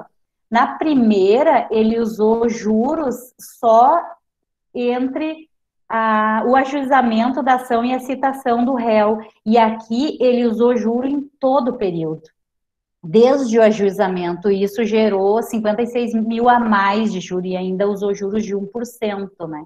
Então, isso tudo foi questionado. Aí, essa é a impugnação, por exemplo, ó. E vocês veem que nesse caso aqui é uma impugnação bastante pequena, e aí sabe por que isso? Porque provavelmente não tinha nada de documento dele no processo, e com a inversão do ônus da prova, como a gente não consegue provar que ele recebeu, ele tem o direito. Mas a gente pediu, quando se tem várias responsabilidades, quando tem vários reclamados, o cálculo tem que ser apresentado por reclamada. Esse rapaz, ele apresentou um cálculo só, não, tu tem que dizer, a FEPAM, ela deve, tanto é o período da FEPAM, tanto é o período do DAER e tanto é o período da UERGS. Isso tudo vai estar lá Isso tudo tem que estar na sentença. Se não tiver na sentença, tu vai lá na petição inicial e ele vai dizer, ó, eu trabalhei na FEPAM do ano tal ao ano tal, na UERGS do ano tal e do ano tal, e aqui aconteceu uma coisa bem interessante, que nós fomos condenados, a FEPAM e a UERGS foram condenadas concomitantemente do início da prescrição até o final do ano 2013. A prescrição dele aqui foi em 2010, 2009, porque ele entrou em 2014 com essa ação. Olha aí, ó, o Ednir, não sei se foi o Ednir que perguntou, isso aqui, a pessoa entrou em 2014 com a ação, a recém está se discutindo, a recém foi apresentado o primeiro cálculo, então quantos anos aí? 7 anos, né? Para vir o primeiro cálculo. E aí a gente pediu aqui que o juiz oficiasse a Caixa Econômica Federal para mandar os depósitos da conta vinculada. Isso é bem interessante, porque é um meio que a gente tem, se não foi comprovado que não tem comprovação, a gente pode pedir e o juiz oficia a Caixa manda o comprovante da conta vinculada do FGTS dele, daí a gente pode ver se ele realmente teve ou não teve pagamentos, né? E aí os juros a gente impugnou porque ele usou de uma malandragem ali, ele não podia usar juros em todo o período, o que foi definido nessa decisão lá do STF é que o juro é só entre a autuação e a citação do reclamado, e ele usou todo o período. Então, isso aqui, o juiz com certeza ia indeferir esse cálculo dele, porque ele, tipo, se colar, colou, né? Aqui aconteceu uma coisa interessante, esse juiz não era muito paciente, assim, geralmente o juiz deixa a gente se degladiar, se matar, e ele só fica, responda você. Aqui o cara apresentou, o reclamante apresentou, a gente impugnou, e aí o juiz já disse assim, ó, vocês, a reclamante que responda sobre o que está sendo questionado, e que se eles continuarem discordando, eu já nomeio a perita fulana de tal, e foi o que o juiz, tipo, não quero vocês chutando bola aí, né, já nomeou uma perita, porque o que acontece? Aqui está a manifestação dele, ele não aceitou nada do que a gente impugnou, só que não foi nem preciso a gente responder isso, porque o juiz já nomeou a perita, e a perita já, quando chegou de novo para a gente, já estava até o cálculo da perita. E isso tudo tem a ver com a nova fase da justiça, que está bem mais rápida. Vocês vão ver aí ao longo do tempo que a justiça vai estar bem mais rápida do que era antes, porque eles estão otimizando o trabalho dele de forma... com essa geração aí de tecnologia, né? Então, o que que acontece? Aqui eu coloquei para vocês isso que eu disse, que não houve tempo da gente ver a resposta do reclamante às nossas impugnações, porque já veio junto com a resposta o novo cálculo já feito por a perita. E aí aqui, ó, se vocês olharem esse novo cálculo, ele já está com um valor bem menor, ó. O novo cálculo dela está com 188 mil para todos os reclamados. E essas custas judiciais aqui, o Estado não, quando vem a certidão de cálculo, ela é excluída, porque o Estado não paga custas judicial, né? Então, aí a perita fez um cálculo, às vezes, não é sempre assim, às vezes o reclamante apresenta um cálculo, por exemplo, de 250 mil, a gente começa a brigar, a perita vem e apresenta um de 300 mil, daí a gente fica pensando, poxa, antes eu não tivesse brigado, acontece. Então, vamos lá, aí aqui foi feito já a impugnação do cálculo da perita, né? Dizendo, foi explicado tudo, porque aqui foi uma sentença bem interessante, assim, porque não é comum de acontecer, o juiz colocou a UERGS e a FEPAM com responsabilidade subsidiária do mesmo período. E aí, o que a perita fez? Ela colocou aquele ano de 2013 no cálculo da FEPAM e colocou no cálculo da UERGS.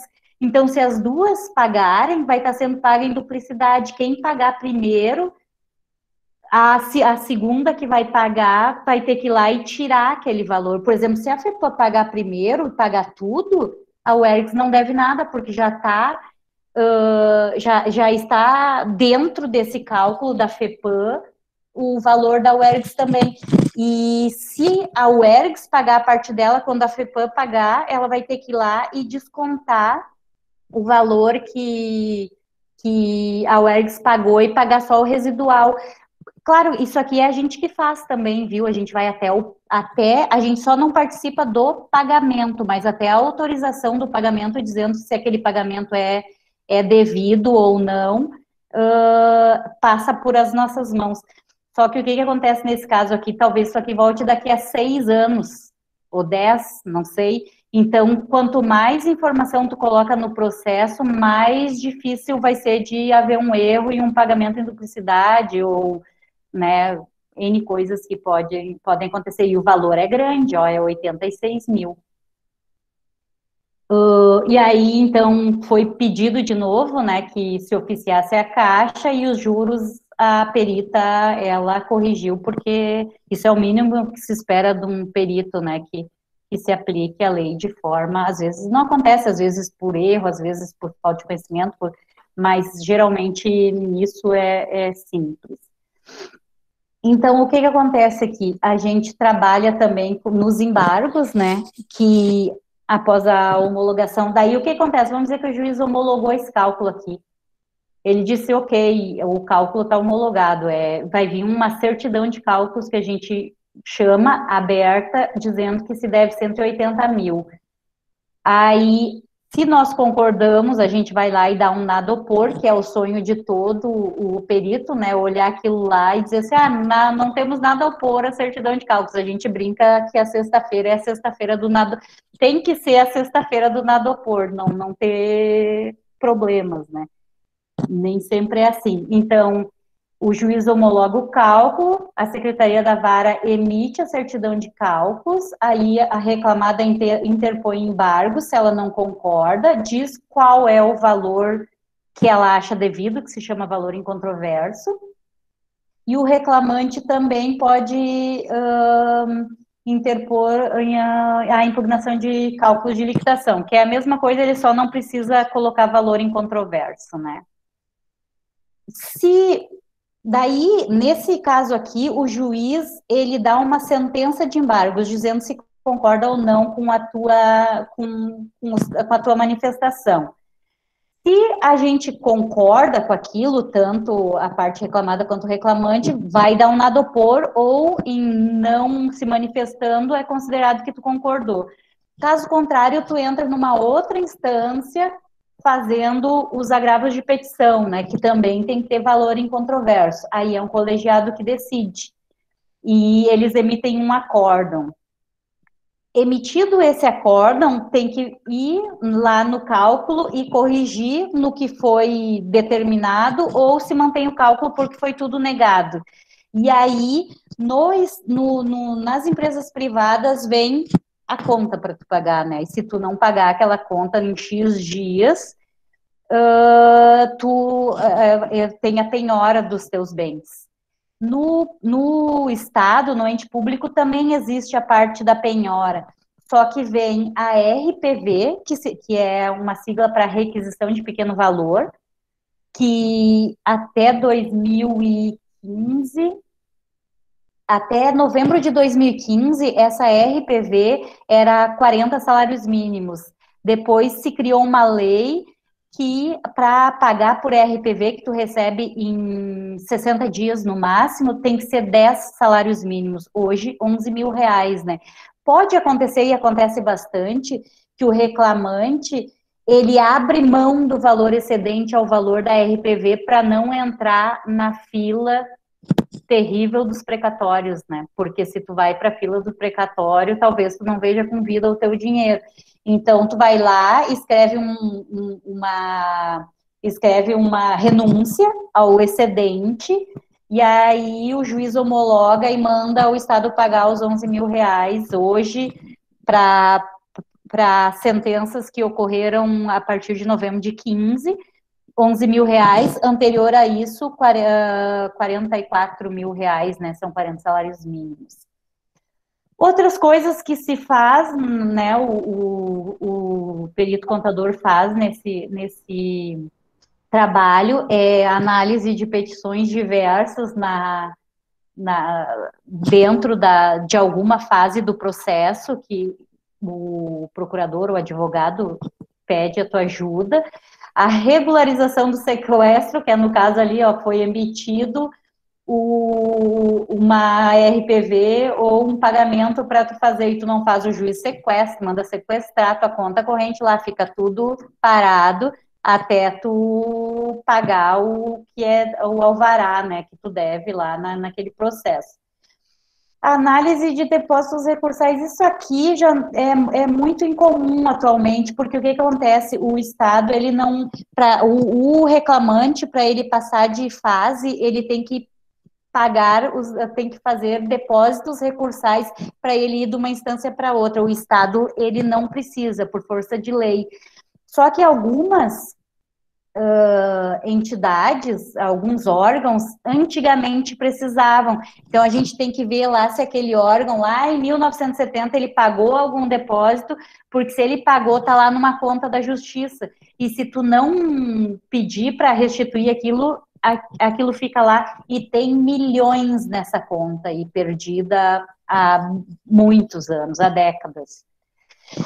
Bom, gente, Eliane, 4 minutos para perguntas. Tem uma pergunta aqui, que é depois que sai a sentença, o reclamado pode pagar parcelado o valor ou à vista? Então, o que acontece? Isso, tu pode pagar parcelado, tu pode, essa fase é quando tu tá lá na audiência, tu pode fazer um acordo com o reclamante, né? Tu tenta chegar a um acordo com ele, isso está bem comum hoje, muita gente aceita. Só que quando tu manda seguir, ou ele não aceita, ou tu não aceita, quando é determinado aquele valor ali para te pagar, tu tem que pagar aquele valor, senão é sequestrado teus bens. Tu já passou dessa fase, né? Não, então tu tem que pagar aquilo ali que foi determinado que seja pago. Ou, no caso do Estado, tu emite um precatório e aí vai lá para a fila dos precatórios o valor, né? E esse valor vai correndo juros e correção monetária até a data que tu recebe também. Perfeito, isso aí. Muito bem. Tem mais alguém que gostaria de fazer alguma pergunta para a Eliane? Eu não sei se por acaso eu esqueci alguém nas questões, também pode puxar, eu tentei ler todas elas. Não? Posso falar um pouquinho, então, agora que não é disso aqui? Gente, eu, assim, espero que vocês tenham entendido um pouquinho. Eu vou dizer para vocês que isso não é um assunto simples, ele é bem complexo. Eu digo que cada processo que eu pego, eu aprendo alguma coisa, ele é bem dinâmico. Eu espero, sinceramente, que eu tenha ajudado vocês. Vocês podem pedir para a Stephanie o meu WhatsApp, eu posso responder algumas coisas que vocês, tentar sanar algumas arestas que ficaram, não tem problema. Eu tenho LinkedIn, não uso muito, mas com certeza vou ter o maior prazer de aceitar vocês. Mas se vocês quiserem conversar comigo por WhatsApp, eu sou bem tecnológica, assim, eu trabalho com várias coisas abertas, assim, WhatsApp, tudo, a minha tela é um horror Então, muito obrigada por essa oportunidade, fiz com todo carinho para vocês entenderem, eu gostaria de ter tido isso quando eu comecei nisso, desejo todo o sucesso do mundo para vocês como profissionais e vão para ser os melhores. A gente luta todo dia para ser o melhor, né? Então, muito obrigada. Imagina, a gente que agradece, Eliane, muito obrigada. Eu gostei bastante. É um tema que eu realmente não entendo, né? Não é minha área, não é a área de contador no geral, e deu uma ideia muito boa, assim, de como é que é o processo. Eu entendo um pouquinho do processo, das vezes em que a minha empresa foi processada, né? Pois é. Do outro lado. Mas, assim, muito pouco também. Mas eu achei muito bom. Muito obrigada, ele tem os agradecimentos. Muito obrigada pela oportunidade, pela palestra. Eu vou avisar os alunos, então, que sim, podem entrar em contato com a Eliane. Quem sabe você edita e coloca, não sei se você já colocou teu e-mail no início, eu não vi, porque também eles podem perguntar o teu e-mail. Verdade. Eu vou compartilhar isso, eu vou compartilhar os materiais que você disponibilizou, porque eu acho que eles são muito bons, assim. Eu vou colocar aqui nas conversas o meu e-mail e o meu telefone, que é o mesmo WhatsApp. Não se sintam constrangidos. Eu acho que sempre que a gente ajuda alguém, a gente aprende mais um pouquinho, né? Então, podem perguntar mesmo. Não estou dizendo pro forma. No que eu puder ajudar, com certeza, eu vou ajudar com o maior carinho. Podem mandar e-mail também, vou colocar meu e-mail e o meu WhatsApp, e aí, quem sabe, né, a gente se cruza aí, esse mundo é tão pequenininho. É verdade. Isso aí, muito obrigada, então, muito obrigada, alunos, obrigada por estarem aqui até as 21h21, não é? Uma boa noite para vocês, muito obrigada pela participação, obrigada novamente, Eliane, foi muito boa a tua aula, muito boa. Foi um prazer, Isso, com certeza. Isso, obrigada, pessoal. E aí, vocês também podem me procurar para pedir alguma coisa, enfim, alguma referência. Obrigada por tudo. Auxilio, imagina. Tá aí, coloquei para vocês, então. Boa noite para vocês e se cuidem. Boa noite. Se cuidem, boa noite.